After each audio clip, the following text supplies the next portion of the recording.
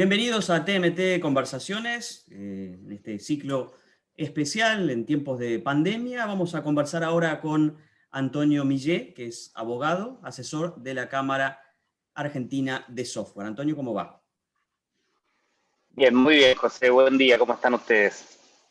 Antonio, ¿cuál es el estatus legal del Bitcoin? ¿Existe regulación? ¿Más de una regulación? ¿No existe? Buena pregunta. Es más no existe que existe, lo cual es una situación curiosa y que transmite mucha incertidumbre en un país y una actividad que se caracteriza justamente por lo contrario, ¿no? Por la sobreregulación, ¿sí? Y quizás es una historia que merece ser contada y repasada un poquito, porque cuando uno piensa en Bitcoin, monedas digitales, criptomonedas, un poco la primera reacción obviamente es encasillarla dentro de la actividad financiera, lo cual sería correcto, y el organismo regulador que sería el central. Y si uno mira un poquito la historia del central, desde el año desde el 2014, perdón, estoy en una tormenta y se me abren las ventanas. No hay problema. Perdón. Desde el 2014 el Banco Central ya, digamos, advierte un poco la temática, y en ese momento, a través de una comunicación al público, y resalto comunicación al público versus comunicación regulatoria, ¿no? A través de una comunicación al público le advierte al público justamente acerca de la existencia de las criptomonedas, del Bitcoin en particular, de los riesgos que estaban asociados, y sobre todo se preocupa en aclarar, bien quizás, en ese momento, 2014, que era algo que no estaba ni bajo su control ni bajo su competencia, y que por lo tanto la responsabilidad, digamos, de tratar con criptomonedas y el riesgo inherente a las criptomonedas debería de ser evaluado por los usuarios. Vuelvo a decir, eso fue año 2014, quizás era razonable una actitud, pero a partir de entonces, lamentablemente, no se registraron nuevas normativas, ni permitiéndolo ni prohibiéndolo. Y no hace falta decir que desde aquel entonces hasta acá, claramente el Bitcoin, que en el 2014 supongamos que estaba alrededor de $300 o incluso debajo de $300, hoy es una realidad que fluctúa alrededor de los $40.000. El volumen total de Bitcoins en aquel entonces era 1000 veces menor al valor económico del stock actual de Bitcoins. O sea, está claro que hoy por hoy es una realidad que tiene un tremendo valor, una adopción entre los usuarios, y en particular en Argentina, muy alta, y no puede ser ignorada, ¿no es cierto? Entonces, esta situación de falta de normativa, ¿en qué se traduce? Por un lado, en una comunidad floreciente en cuanto a la adopción, al uso, al bastante amplio abanico de oferta de posibilidades, pero también se traduce en una incertidumbre implícita para todo ese ecosistema y obviamente para los usuarios, que lamentablemente no es sana, ¿sí?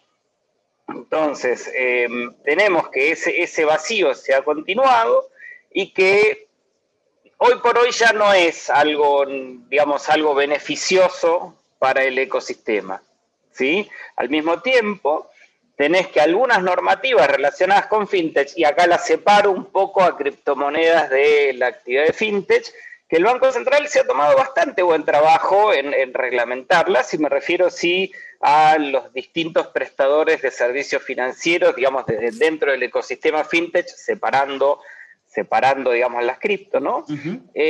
Donde han tomado un enfoque muy, digamos, protector hacia el usuario, lo cual siempre es bienvenido, por supuesto. Y número dos, y también muy importante, permitiendo la coexistencia en esas condiciones del sector fintech contra el sector, perdón, no voy a usar la palabra contra, con el sistema financiero tradicional, ¿sí? Entonces, francamente, no son sencillas, ¿sí? Son, si querés, disruptivas buenamente, son un muy buen avance, ¿sí? Y todo eso en un marco donde, bueno, justamente la actividad fintech comenzó a tener, digamos, una preeminencia importantísima, y bueno, nos preguntamos si no sería bueno también ya aceptar también la existencia de las cripto, y poner en blanco sobre negro que también están aceptadas, que también pueden interactuar con el sistema financiero tradicional, y en fin, todo lo que corresponde, también pensando en el usuario, en el ecosistema.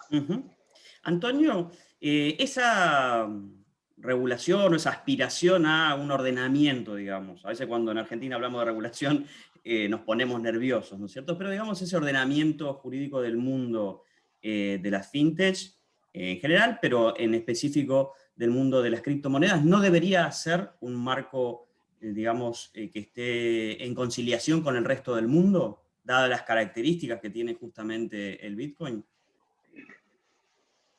Seguro, muy, muy buen punto. Fíjate que volviendo a lo que alguna vez dijo el Banco Central se refiere a que no le puede dar el tratamiento de una divisa porque justamente no es emitida por un gobierno soberano, ¿se entiende? Obviamente esa característica ha continuado en el tiempo y en buena parte es también justamente uno de los grandes valores del Bitcoin, ¿sí? Ahora, lo cierto es que se mueve dentro de un entorno financiero, afecta a los usuarios, afecta al sistema financiero tradicional, entonces sí, es cierto que quizás no tenga el mismo, no debería de tener, por esto que estamos hablando, el mismo tratamiento que una divisa, ¿sí? Pero yo creo que llegó el tiempo de aceptarlo expresamente. Y te doy un ejemplo. La falta de reglamentación, digamos, de aceptación al día de hoy, formal, de hecho está siendo aceptada, pero no tenés una norma que diga expresamente esto está aceptado, de alguna manera termina cayendo en dos cosas. Uno, que cada banco termina tomando su actitud personal, por decirlo de alguna manera, frente a los prestadores que se relacionan con cripto. Entonces tenés una enorme dispersión, depende de cada banco, de los intereses, de los temores, en fin, de las actitudes propias de cada banco, y eso no es sano para nadie, ni para los bancos, ni para el sistema fintech, ¿sí?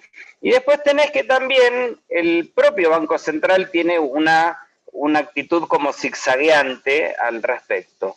Entonces, de alguna manera, y acá es digamos, es un tanto espinoso, pero se verifican presiones a operadores dentro de la industria fintech, a bancos, donde el Banco Central, apelando a políticas, ¿sí? Conceptos que no se plasman en ninguna norma, ¿sí?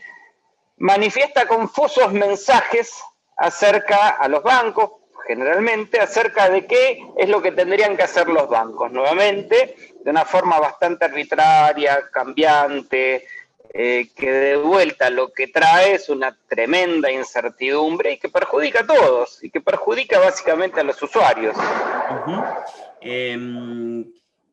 ¿Qué otras tecnologías disruptivas están desafiando el marco regulatorio? Vos hace un momento pasabas por encima.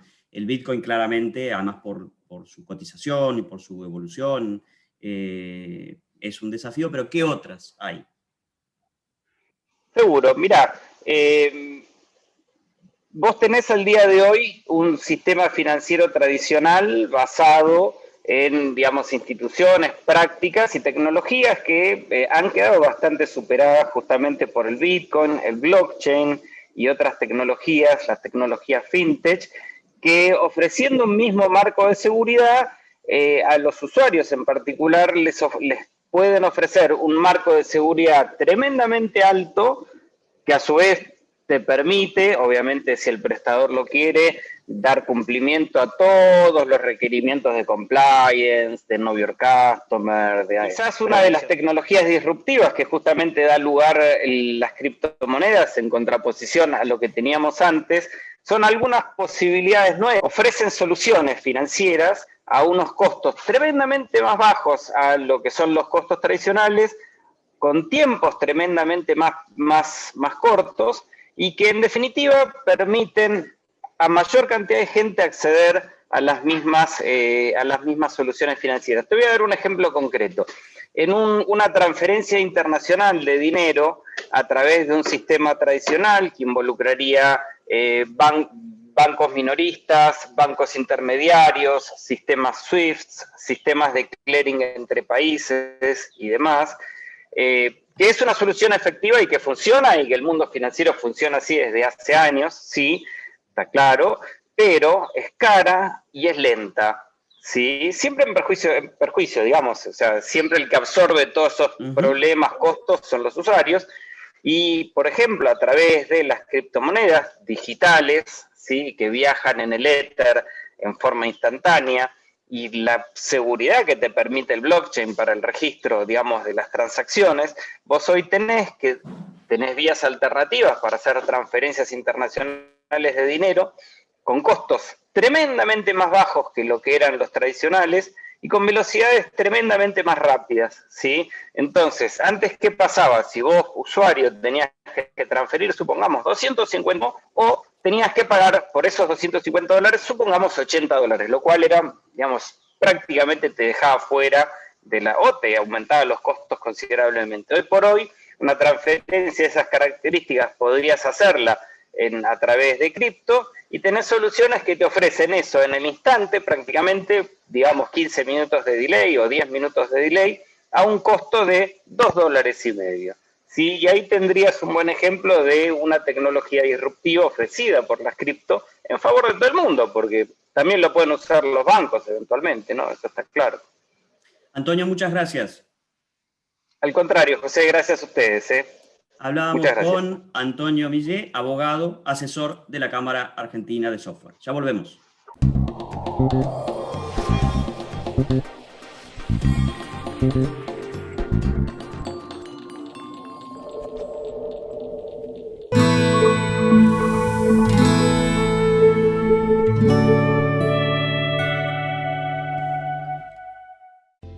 Encontrá tu factura de Cablevisión Fibertel o personal en cablevisionfibertel.com.ar/yo pago en casa. Pagala con tu tarjeta de crédito o débito y si te adherís al débito automático tenés importantes descuentos. Personal Fibertel y Cablevisión.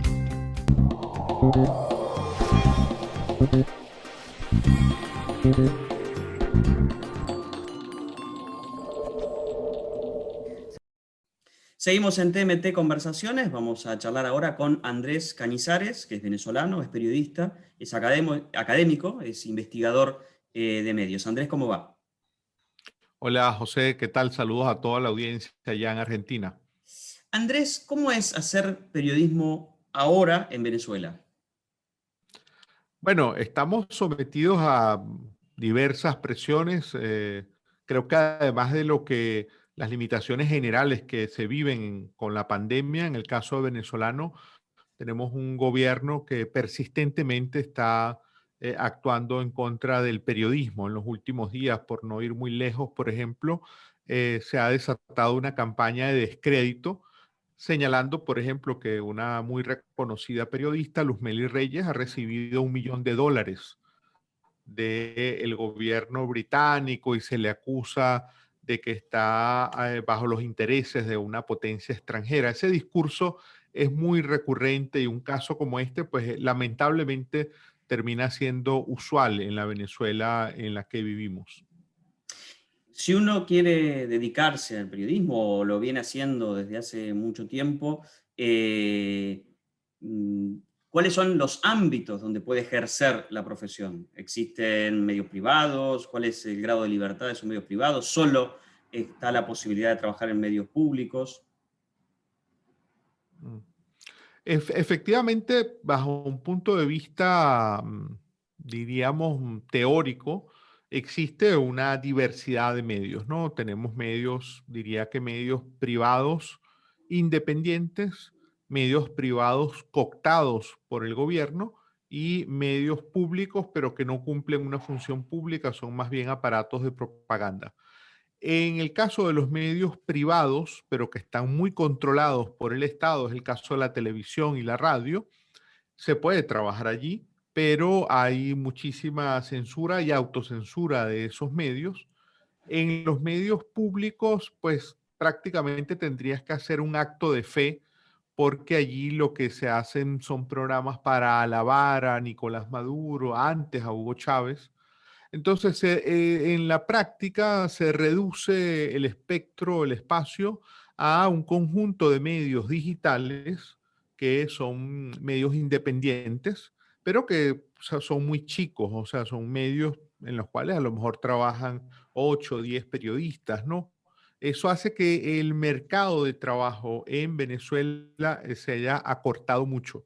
Fíjate que con toda esta ola migratoria que ha habido de venezolanos buscando otras oportunidades, hay muchísimos, pero muchísimos periodistas venezolanos que han emigrado.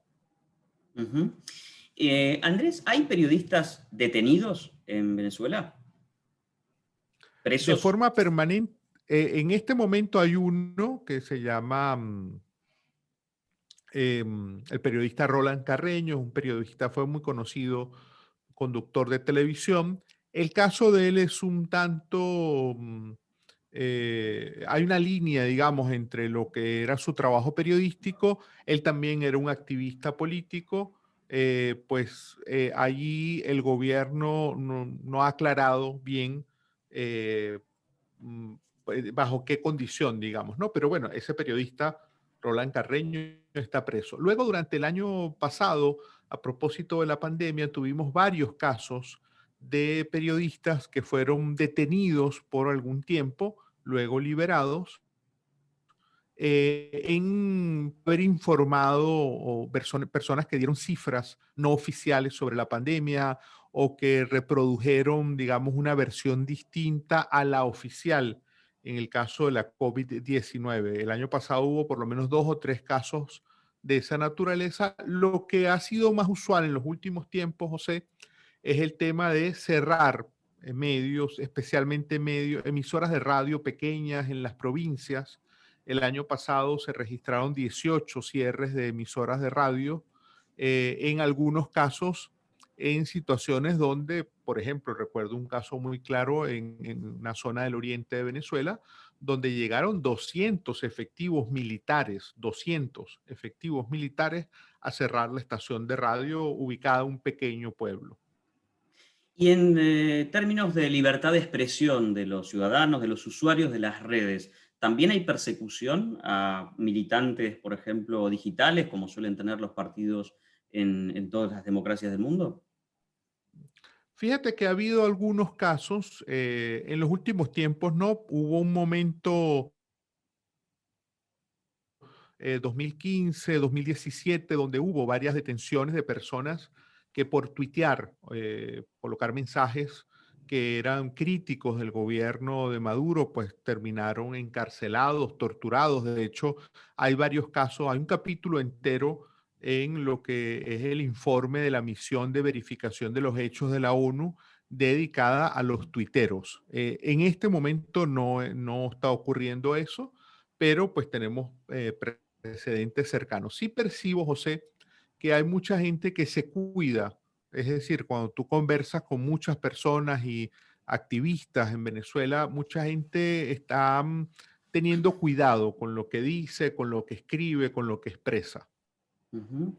Andrés, Venezuela fue tal vez el primer lugar donde se empezó en América Latina hace algunos años a hablar de leyes audiovisuales, de leyes de medios, como le decimos por aquí, eh, con argumentos prácticamente irrebatibles, como por ejemplo Ujú, democratizar las voces, ¿no es cierto? ujú.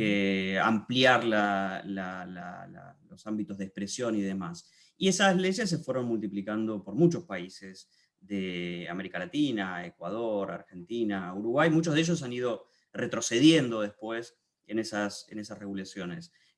¿Cómo era la Venezuela de aquellos años cuando se sancionó la ley Resorte de responsabilidad social en radio y televisión en Venezuela? ¿Y cómo es hoy el panorama? Fíjate que es bien interesante porque efectivamente cuando uno revisa lo que fue incluso la discusión en los años 2003, 2004, 2005, pues habían discusiones bien interesantes para democratizar el espectro radioeléctrico, para efectivamente generar una trama de producción nacional independiente, es decir, desde un punto de vista de quienes comulgamos con la democratización de la comunicación, pues parecía que se abría un periodo bien interesante. Habíamos venido antes de la llegada de Hugo Chávez al poder. En Venezuela, históricamente, en los años, en lo que fueron las décadas de democracia previa a Chávez, habíamos estado bajo un duopolio de dos grandes corporaciones mediáticas que controlaban la televisión y otros espectros, otros ámbitos de la comunicación y la publicidad. La llegada de Chávez encendió la polarización. La mayoría de medios privados en ese momento asumieron una posición de confrontación. Cayeron, yo creo que en el discurso. Chávez los quiso involucrar en el ring de boxeo y esos medios cayeron en ese ring de boxeo. Eso le dio muchos argumentos a Chávez para luego cuestionar el papel del periodismo y de los medios en Venezuela. Cuando revisamos, casualmente se cumplen 15 años de esa ley, de la ley de responsabilidad social, que ha sufrido diversas reformas para hacerla más punitiva, más controladora.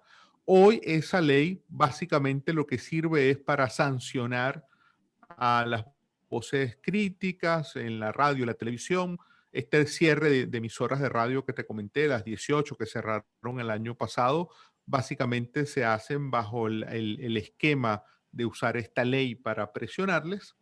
Y lo que era la promesa de la producción nacional, esa diversidad, pues eso no ocurrió. Hoy tenemos una gran voz, que es la voz del Estado, la voz del presidente, que de alguna manera multiplica su mensaje, su propaganda en el sistema de medios radioeléctricos de Venezuela. ¿Y cuál es la situación de la infraestructura de conectividad, ¿no? Ya no hablamos de la comunicación de los grandes medios del siglo XX, si querés, ¿no? Sino de las herramientas de comunicación del siglo XXI que están al alcance de los ciudadanos, que es básicamente el acceso a Internet. Eso, digamos, en Venezuela es accesible, funciona, se ha deteriorado. Allí también hay algo interesante, José, es decir, en el 2004, 2005, 2006, Venezuela también estuvo a la cabeza, es decir, el gobierno de Chávez, hay que recordarlo, destinó recursos a la expansión del Internet en Venezuela. Eso hizo que, por ejemplo, recuerdo muy claramente, en algunas poblaciones rurales se llevara Internet satelital para que la gente pudiera conectarse. Eso, en la medida en que fueron cerrando los medios tradicionales, en la medida en que las redes sociales, en particular redes como Facebook, Twitter, pasaron a ser como el caballo de batalla de las voces opositoras, de las voces disidentes, el gobierno no restringe lo que está en Twitter, por ejemplo, pero la conexión y la calidad de la conexión en Venezuela es tan baja que realmente, pues, quienes pueden estar conectados somos realmente una minoría en Venezuela. Fíjate que hoy en Venezuela, según las cifras oficiales de CONATEL, la Comisión Nacional de Telecomunicaciones, hoy en día el 40% de los venezolanos no tiene acceso a Internet. El 40%. El otro 60% que sí tenemos, disfrutamos, gozamos de un Internet que tiene la más baja calidad, velocidad de América, según los reportes internacionales, y a eso se suman constantes apagones, fallas eléctricas que hacen que tengamos una situación muy, muy intermitente, digamos, en el servicio, ¿no? ¿Hay sitios bloqueados? ¿El acceso desde Venezuela está bloqueado a determinados sitios? Sí, por ejemplo, yo hago un programa de radio donde leo titulares, reviso unos 20 medios digitales de Venezuela. Por lo menos 5 de esos 20 están bloqueados, tengo que usar un VPN para poder revisarlos. Según las estadísticas de una ONG de libertad de expresión, el año pasado fueron bloqueados una veintena de medios digitales, algunos de ellos siguen bloqueados.